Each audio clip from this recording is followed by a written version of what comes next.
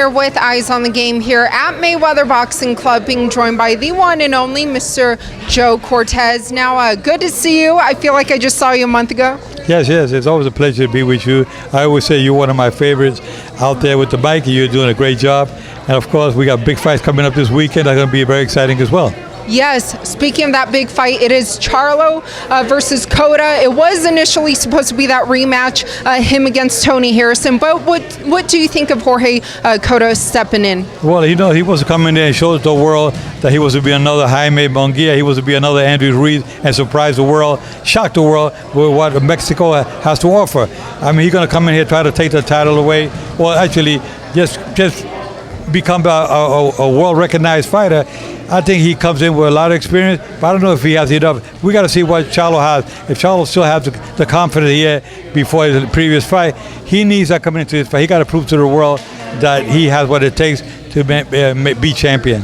The first fight with Tony Harrison and Jermell Charlo, that was kind of a controversial decision. What did you think of that decision? Well, it was kind of close. It was kind of controversial. I believe some of the other commentators, unofficial commentators, had Harrison winning Charlo winning by a long shot. So it was kind of controversial decision. But I think Sunday night you're going to see a big difference in Charlo. He probably had to come out there and knock the guy out to prove to the world that he is the best out there. Who did you score for in that fight against Harrison? I thought Charlo won the fight. Yeah. Do you think he would win that rematch as well? I think so, very easily. Much better than the first time. Yes. Even though he didn't get it. But last weekend, it was Tyson Fury's Las Vegas debut. You were at the fights. What did you think about his stoppage win over Schwartz? Well, Tom Schwartz is a fighter that from Germany who came with a big heart, but not enough to compete against Tyson Fury. Tyson Fury showed a lot when he fought a draw. I said beat a lot of people thought he beat Deontay Wilder. It was a draw, but he showed that he has a lot what it takes to be a top heavyweight contender and possibly be a future world champion. He has a charisma, has a speed, he has a good punch. He hit rock bottom years back. He's come back. I take my hat off to him. He's going to be one of the dangerous heavyweights out there in the heavyweight division. Now, Bob Arum has compared him to the likes of the great Muhammad Ali and George Foreman. Do you agree with his sentiments? I think George Foreman was one of the great ones. I think Muhammad Ali was the greatest. I think Tyson Fury is up there, but I won't put him in the same class as Muhammad Ali.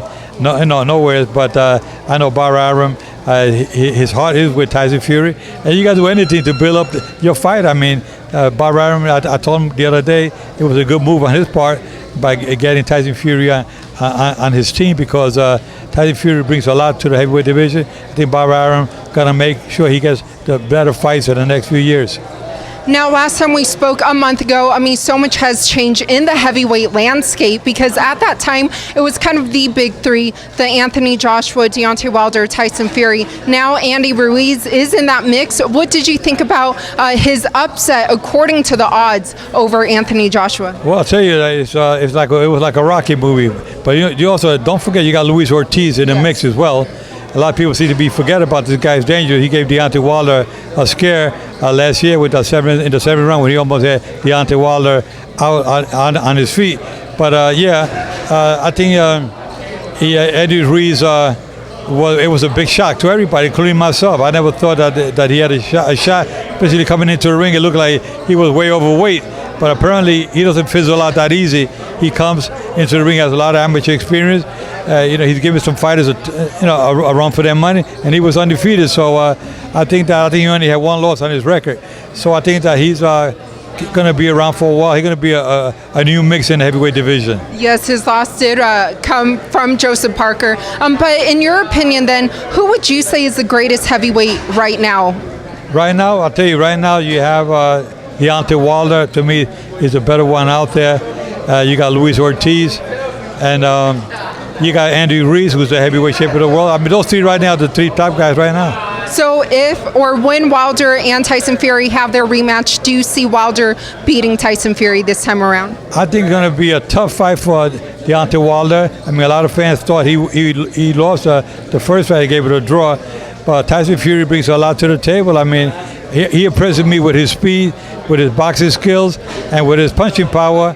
And he has great charisma. I mean, he brings a lot. when Bahram says he's like another Muhammad Ali, well, with his charisma and with his showmanship, yeah, in that sense. But yeah, he brings a lot in there. I think Tyson Fury is going to bring a lot to the fight. I think Deontay Wilder, him is going to be pretty much the same as the first fight.